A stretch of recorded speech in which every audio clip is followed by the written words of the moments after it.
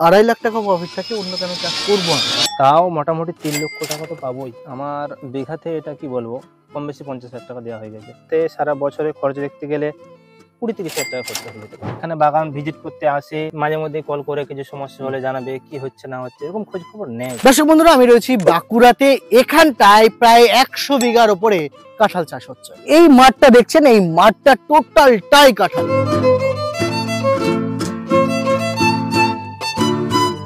এই কাঁঠাল চাষ আজ থেকে প্রায় 10 বছর আগে শুরু হয়েছে এই বাঁকুড়ার এই অঞ্চলে। আর সম্পূর্ণ এই 100 বিঘা জমি চাষ করিয়েছেন শ্রী রামকৃষ্ণ নার্সারি। আর আমার পিছনে যে গাছটি দেখছেন, এই গাছটি নেই প্রায় 2.5 থেকে 3 বছরের গাছ। প্রোডাকশন প্রত্যেক গাছে 1 কুইন্টাল মাল এসছে, আর বিঘাতে প্রায় 100টা গাছ রয়েছে। হ্যাঁ, এই সব টোটাল আজকের ভিডিওতে হিসাব দেখাবো আপনাদেরকে। এই চাষে সত্যি কি লাভ রয়েছে সেটা জানতেই এজ এগ্রো ইউটিউব চ্যানেল আপনাকে দেখতে হবে। সঙ্গে থাকুন, দেখতে থাকুন Edge Agro YouTube. This channel does not promote any violent, harmful, or illegal activities. All content provided by this channel is meant for an educational purpose only. দর্শক বন্ধুরা, অনেকদিন পর একজন পুরনো কাঁঠাল চাষি আপনাদের সামনে হাজির করেছি। নমস্কার, কেমন আছেন? ভালো আছে। আপনার পরিচয় একটু দেন দর্শকদের। আমার নাম রবিউল মন্ডল। আমার এটা ঠিকানা হচ্ছে এটা খড়িরুয়া, বাঁকুড়া। হ্যাঁ, বিষ্ণুপুর, বাঁকুড়া ডিস্ট্রিক্টের মধ্যে। অনেক পুরনো চাষি এবং খুব অভিজ্ঞ আপনি। আমাদের দর্শক যারা প্রতিনিয়ত কাঁঠালের ভিডিও দেখে, অলরেডি এই মানুষটাকে চেনেন। একটু আপনার কাছে জানতে চাইবো যে এই যে এত বর্ষা গেল, বর্ষার মধ্যে গাছ টিকিয়ে রেখেছেন কেমন ভাবে? কেমন ভাবে বলতে, দেখতে পাচ্ছেন কতটা উপর বা ডাউন করেছি। ডাউনের মধ্যে জল বের করার জন্য এটা আগে প্রথম কথা, যে জল বের করতে হবে, জল জমে না যায় সেটা খেয়াল রাখতে হবে আগে। এবছর যা বর্ষা, আমি প্রায় চাষির কাছের মুখ থেকেই শুনছি যে কাঁঠাল তো পড়ছেই, গাছ শুকিয়ে মারা যাচ্ছে। গাছ শুকিয়ে মরে যাওয়ার কারণ জল জমে যাওয়া। জল জমে যাওয়াটা। এবার যে এই যে বর্ষাটাকে আপনি রিকভারি করলেন, এত বড় বর্ষা, তো এই সম্পর্কে যদি একটু আমাদের দর্শকদের কিছু টিপস দিন। মানে কি করবে বলতে, প্রথম কথা যেটা, সেটা হচ্ছে জল যাতে জমে যায়। জল জমে গেলে কিন্তু চারা মারা যাবে। তো জল সব থেকে ভালো হবে যে আমরা যেটা করেছি, সামনে দেখতে পাচ্ছেন যে সামনে সব কি করেছি না, নালার মতো করেছি, সে নালাকে কাটিয়ে জল বের করে দিয়েছি। জল জমতে দিই না, প্রথম কথা। আর দ্বিতীয় কথা হয়েছে কি, যে যে মালের সমস্যা হচ্ছে, যে চারাগুলো বেশি মারা যাচ্ছে বলছে না, এই গোড়াতে যদি মাল দেওয়া হয়ে যাচ্ছে, এই সবের জন্য চারা মারা যাচ্ছে। গোড়াতে সার দেওয়ার কারণে হ্যাঁ, চারা মরতে পারে। এই কারণটাই কিন্তু অনেকেই জানে না, যে সার অতিরিক্ত দেওয়ার কারণে গোড়া ছাল পচে যাচ্ছে, শিকড় পচে যাচ্ছে। সেটা যদি গোড়াতে না হয় সেটা খেয়াল রাখতে হবে। মানে কতটা ডিস্টেন্স গোড়া থেকে রাখা উচিত আপনি মনে করেন?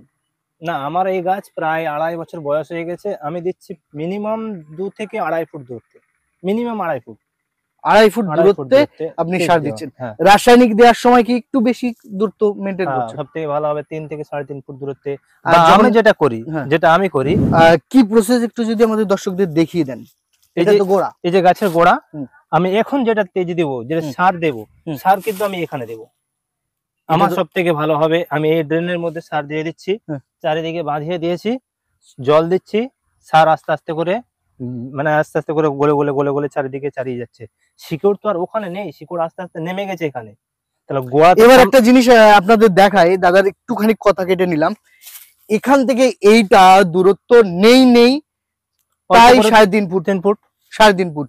আবার এই পাশে ডেন কেটেছে, মানে এটাকে একেবারে চারিদিক থেকে ডেন করে রাখার কারণ জল বেরিয়ে যাবে, সার দিতে পারবে।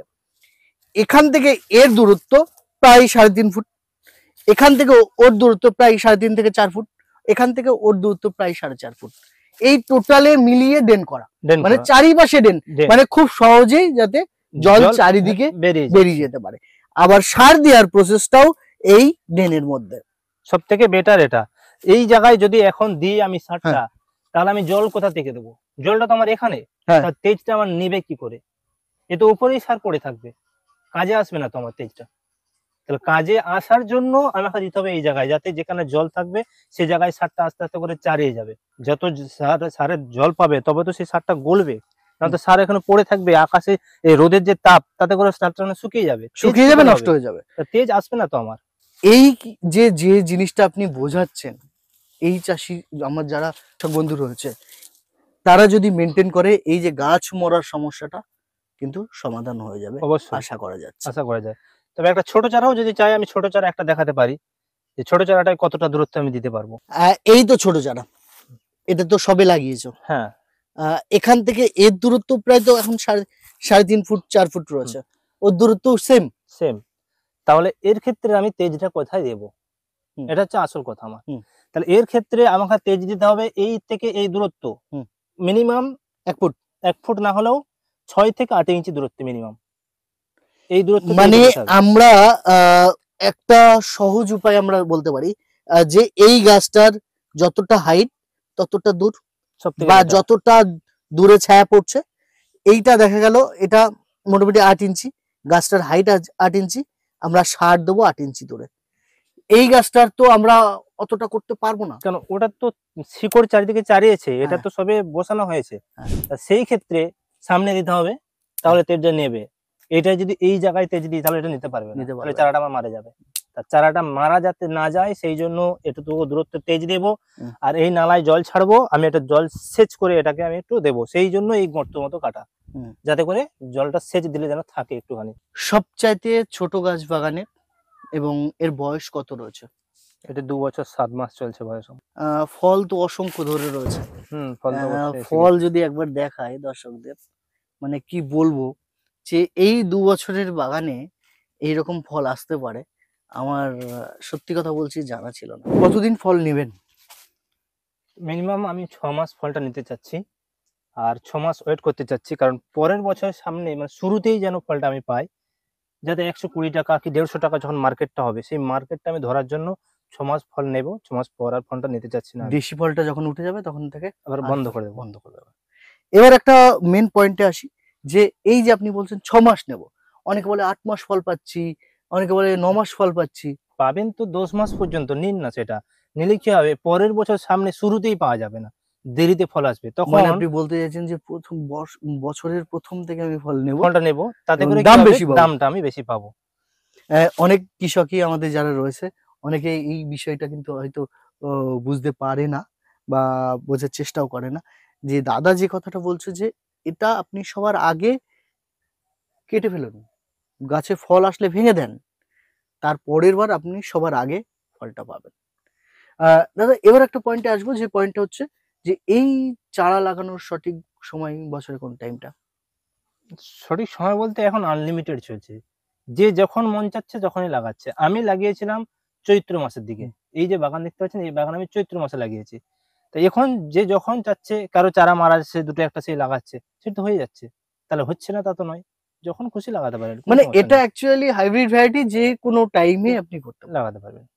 মানে এই যে কোনো সিজন নেই, এই আষাঢ় মাসে লাগাতে হবে, জ্যৈষ্ঠ মাসে লাগাতে হবে বা ভাদ্র মাসে লাগাতে হবে, এরকম কোনো ব্যাপার থাকছে না। মোটামুটি বিঘাতে 50,000 টাকা বেচে ফেলেছে অলরেডি বিক্রি করে দিয়েছি। কতটা করছেন বছরে? এই বছরে আমার তো গাছের বয়স বিরাট কিছু না, তাও 2.5 বছর বয়স হয়ে গেছে, তাও মোটামুটি 3 লক্ষ টাকা তো পাবোই। বিঘাতে 3 লক্ষ টাকা তো এই বছরই পাবো। পরের বছর আমার পাশে একটা বাগান আছে যেটা 6 বছর বয়স হয়ে গেছে, তার 9 কাঠা জায়গা লাগানো আছে, সে 70,000 টাকা বিক্রি করে দিয়েছে অলরেডি। তাহলে সে ক টাকা পাবে? 9 কাঠা জায়গাতে সে তো 3 লাখ টাকা তার হয়ে যাবে। তাহলে আমার 1 বিঘাতে বয়স কম, আমি তো পেতেই পারি 3 লক্ষ টাকা। মানে বাস্তবটাকে তুলে ধরছে এখানে, কোনো হিসাব বেশি করেও বলছে না, যে 3 লাখ টাকা যদি আয় করেন মোটামুটি খরচ কতটা আছে? খরচ থাকবে একটুখানি, কিরকম না, গাছের বড় তো হয়েছে গাছ, তাতে করে একটু তেজ দিতে হয়, যেরকম সার আমি দিই। আর আমার ওই কাঁচা মাল যেটাকে বলে আমাদের এদিকে, ওই পটাশ, ইউরিয়া আর ফসফেট, এটা আমি দিয়েছি, তাতে করে খরচ আছে। তো মিনিমাম ধরে নিন 1 বিঘা জায়গাতে সারা বছরে খরচ দেখতে গেলে 20-30 হাজার টাকা খরচা হয়ে যেতে পারে। লেবার টেবার দিয়ে 50,000? হ্যাঁ, সে হয়ে যেতে পারে। মানে মোটামুটি 50,000 টাকা সারা বছরের খরচ এবং মোটামুটি 3 লাখ টাকা আয় রয়েছে। মানে অর্থাৎ যদি প্রফিট দেখেন তাহলে ওই 3 লাখ থেকে 50,000 কমিয়ে 2.5 লাখ টাকা প্রফিট থাকছে আমার। 1 বিঘাতে যদি 2.5 লাখ টাকা প্রফিট থাকে, অন্য কেন চাষ করব আমি? কোথা থেকে এই চারা নিয়ে এসেছিলেন?